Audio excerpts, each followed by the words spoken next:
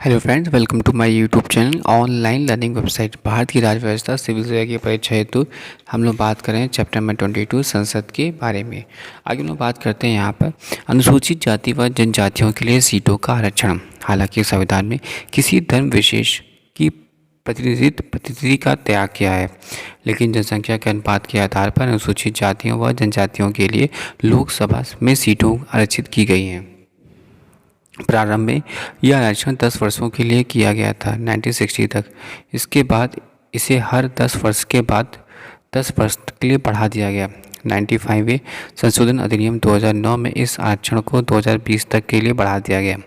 हालांकि अनुसूचित जातियां व जनजातियों के लिए सीटें आरक्षित की गई, लेकिन उनका निर्वाचन क्षेत्र के सभी मतदाताओं द्वारा किया जाता है। अनुसूचित जाति व जनजाति के सदस्यों का समान निर्वाचन क्षेत्र से भी चुनाव लड़ने का अधिकार है।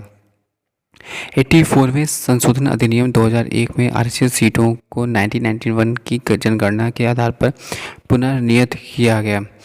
87वें संशोधन अधिनियम 2003 में आरक्षित सीटों को 1991 के बजाय 2001 की जनगणना के आधार पर पुनर्नियत किया गया। आनुपातिक प्रतिनिधित्व न अपनाना। हालांकि संविधान में राज्यसभा के लिए आनुपातिक प्रतिनिधित्व प्रणाली अपनाई गई, लेकिन इस प्रणाली को लोकसभा में नहीं अपनाया गया। इसकी जगह प्रादेशिक प्रतिनिधित्व प्रणाली के जरिए लोकसभा के सदस्यों को निर्वाचित करने का आधार अपनाया गया है। प्रादेशिक प्रतिनिधित्व प्रणाली के अंतर्गत विधानमंडल का प्रत्येक सदस्य का एक बहुभागीय क्षेत्र का प्रतिनिधित्व करता है, जिसे निर्वाचन क्षेत्र कहा जाता है। प्रत्येक निर्वाचन क्षेत्र में एक प्रतिनिधि निर्वाचित होता है, अतः इसे ऐसे निर्वाचन क्षेत्र को एकल सदस्य निर्वाचन क्षेत्र कहते हैं। इस पद्धति के तहत जिस प्रत्याशी को अधिक मत प्राप्त होते हैं उसे विजयी घोषित किया गया जाता है। प्रतिनिधित्व के समान बहुमत पद्धति का यह प्रतिनिधित्व पूरी चुनाव प्रक्रिया का प्रतिनिधित्व नहीं करता है। दूसरे शब्दों में यह अल्पसंख्यकों के प्रतिनिधित्व को सुरक्षित नहीं करता है। आनुपातिक प्रतिनिधित्व प्रणाली का उद्देश्य क्षेत्रीय प्रतिनिधित्व विभेद को हटाना है। इस व्यवस्था के तहत लोगों के सभी वर्गों की अपनी जनसंख्या के अनुसार प्रतिनिधित्व मिलता है, यहाँ तक कि सबसे छोटी जनसंख्या वाले वर्ग का भी विधानमंडल में इसका हिस्सा मिलता है। अनुपातिक प्रतिनिधि के दो प्रकार होते हैं, जिनका नाम है एकल हस्तांतरणीय मत व्यवस्था एवं सूची व्यवस्था। भारत में राज्यसभा, राज्य विधान परिषदों, राष्ट्रपति एवं उपराष्ट्रपति के निर्वाचन के लिए पहले प्रकार की व्यवस्था को अपनाया गया। यद्यपि संविधान सभा के कुछ सदस्यों ने लोकसभा सदस्यों के चुनाव के लिए अनुपातिक प्रतिनिधित्व प्रणाली की वकालत की थी, लेकिन इसे संविधान में दो कारणों से अपनाया नहीं गया। पहला, मतदाताओं के लिए मतदान प्रक्रिया समझाने में कठिनाई, क्योंकि देश में शैक्षणिक स्तर कम है। दूसरा, बहुदलीय व्यवस्था के कारण संसद की अस्थिरता। इसके अलावा अनुपातिक प्रतिनिधित्व प्रणाली में निम्नलिखित दोष हैं। पहला, यह काफ़ी खर्चीली व्यवस्था है। दूसरा, यह उपचुनाव का कोई अवसर प्रदान नहीं करती है। तीसरा, यह मतदाताओं एवं प्रतिनिधियों के बीच आत्मीयता को कम करती है। चौथा, यह अल्पसंख्यक एवं सामूहिक हितों को बढ़ावा देती है। पांचवा, यह पार्टी व्यवस्था के महत्व को बढ़ावा देती है एवं मतदाताओं के महत्व को कम करती है।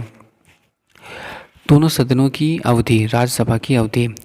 राज्यसभा पहली बार 1952 में स्थापित निरंतर चलने वाली संस्था है, यानी यह एक स्थायी संस्था है और इसका विघटन नहीं होता है, किंतु इसके 1/3 सदस्य दूसरे हर वर्ष सेवानिवृत्त होते हैं और ये सीटें चुनाव के द्वारा फिर भरी जाती हैं और राष्ट्रपति द्वारा यह हर तीसरे वर्ष के शुरुआत में मनोयोजन होता है। सेवानिवृत्त होने वाले सदस्य कितनी बार चुनाव भी लड़ सकते हैं और नामित हो सकते हैं। संविधान ने राज्यसभा के सदस्यों के लिए पदावधि निर्धारित नहीं की थी, इस संसद पर छोड़ दिया गया। इसी के तहत जन प्रतिनिधित्व अधिनियम 1951 के आधार पर संसद ने कहा है कि राज्यसभा के सदस्यों की पदावधि 6 साल की होनी चाहिए। इस अधिनियम ने भारत के राष्ट्रपति को पहली राज्यसभा में चुने गए सदस्यों की पदावधि कम करने का अधिकार दिया। पहले बैच में यह तय हुआ कि लॉटरी के आधार पर सदस्यों को सेवानिवृत्त किया जाएगा। इसके अलावा इस अधिनियम द्वारा राष्ट्रपति को राज्यसभा के सदस्यों की सेवानिवृत्ति के आदेश को शासित करने वाले उपबंध बनाने का अधिकार दिया गया। लोकसभा की अवधि।